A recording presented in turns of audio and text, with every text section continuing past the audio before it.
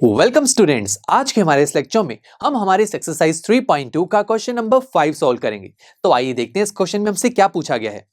Half the perimeter of rectangular garden whose length is 4 metre more than its width is 36 metre. Find the dimension of garden. तो दोस्तों यहां पर हमें एक rectangular garden के बारे में कुछ इंफॉर्मेशंस गिवन है।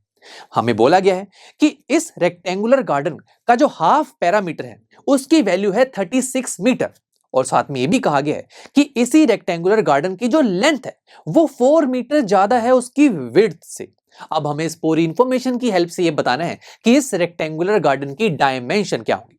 तो दोस्तों डायमेंशन में हम सबसे पहले लेंथ को मान लेते हैं कि वो है x मीटर, और मान लेते हैं कि इसमें इस रेक्टेंगुलर गार्डन में जो विड्थ है वो है y मीटर।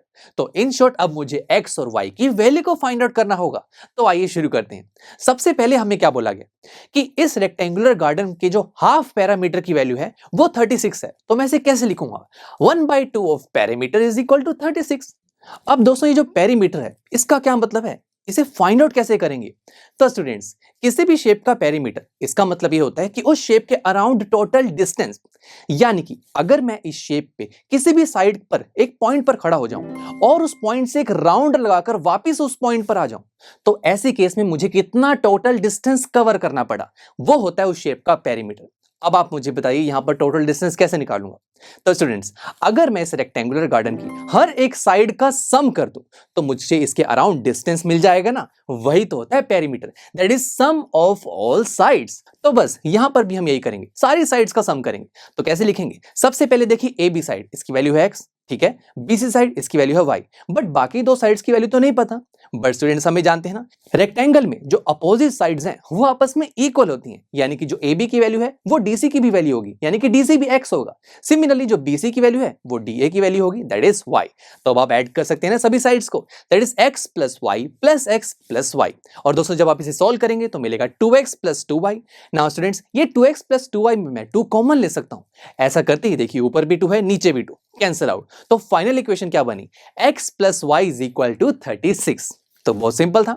चलिए अब उसके बाद हमें एक और इंफॉर्मेशन भी गिवन थी कि जो इस रेक्टेंगुलर गार्डन की लेंथ है ना वो 4 मीटर ज्यादा है विड्थ से। तो मैं इसे कैसे लिखूंगा, लेंथ यानी कि x is equal to 4 metre ज्यादा है विड्थ से, यानी कि y प्लस 4। सिंपल, तो एक और इक्वेशन बन गई।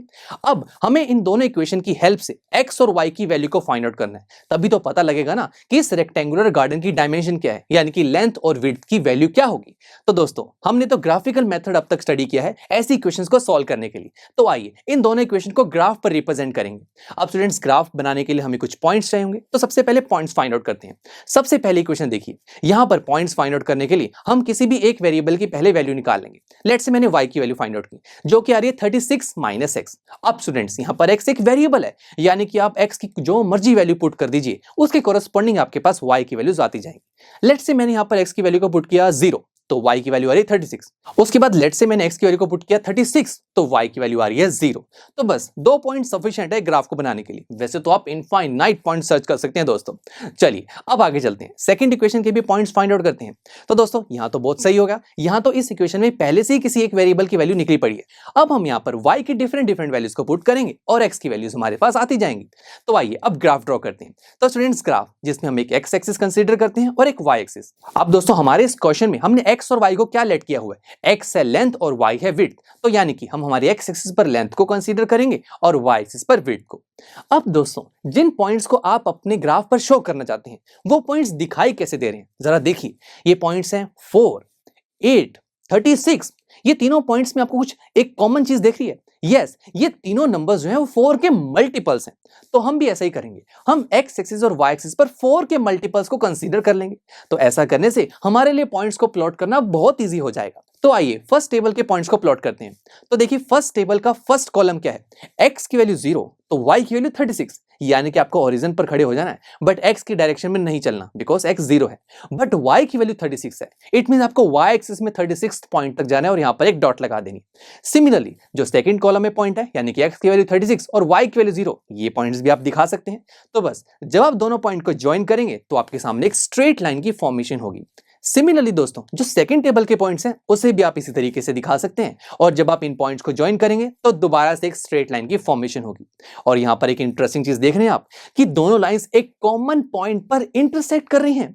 और दोस्तों, जैसे कि हमें जानते हैं, जब भी किसी दो इक्वेशंस में जो लाइंस हैं वो आपस में एक कॉमन पॉइंट पर इंटरसेक्ट कर जाएं, तो उस कॉमन पॉइंट की हेल्प से हम उस इक्वेशन का सॉल्यूशन फाइंड आउट कर सकते हैं। यस, हम क्या करेंगे, इस कॉमन पॉइंट, जिस पॉइंट पर ये दोनों लाइंस इंटरसेक्ट कर रही हैं, इस पॉइंट के कॉरेस्पॉन्डिंग हम x और y की वैल्यू को फाइंड आउट करेंगे। यही x और y की वैल्यू हमें बताएगी कि हमारे इस रेक्टेंगुलर गार्डन की जो लेंथ और विड्थ क्या होगी। तो आइए शुरू करते हैं। इस पॉइंट के साथ मैं एक हॉरिजॉन्टल और एक वर्टिकल लाइन को ड्रॉ कर देता हूं, ताकि आपको आसानी हो ये रीड करने में कि इस पॉइंट के कॉरेस्पॉन्डिंग x और y की वैल्यू क्या होगी। तो हमने यहां देखा कि x की वैल्यू आ रही है 20 और y की वैल्यू है 16। तो यहां से दोस्तों क्या पता लगा, यस, ये जो रेक्टेंगुलर गार्डन है उसकी लेंथ है 20 मीटर और विड्थ है 16 मीटर। अब दोस्तों, क्या ये चीज सही है या नहीं, इसे हम वेरीफाई भी कर सकते हैं। बस आपको ये करना है, आपके पास जो x और y की वैल्यू आई है उसे आप हमारी गिवन इक्वेशन में पुट करके देखिए। अगर इक्वेशन सेटिस्फाइड हो जाती है तो ये गारंटेड है कि ये जो वैल्यूज हमने निकाली हैं बिल्कुल करेक्ट है। तो आइए किसी भी एक इक्वेशन में पुट करके देखेंगे। तो चलिए फर्स्ट इक्वेशन में पुट करते हैं। यहां जैसे ही मैंने x और y की वैल्यू को पुट किया तो देखिए 36 इज इक्वल टू 36 आ रहा है। Left hand side is equal to right hand side, equation verified. Similarly आप सेकंड इक्वेशन में भी वैल्यूज को पुट करके देखिएगा, ये भी सेटिस्फाइड हो जाएगी। तो चलिए अब मिलते हैं आपसे नेक्स्ट लेक्चर में, जहां पर हम हमारी इस एक्सरसाइज का क्वेश्चन नंबर 6 सॉल्व करेंगे।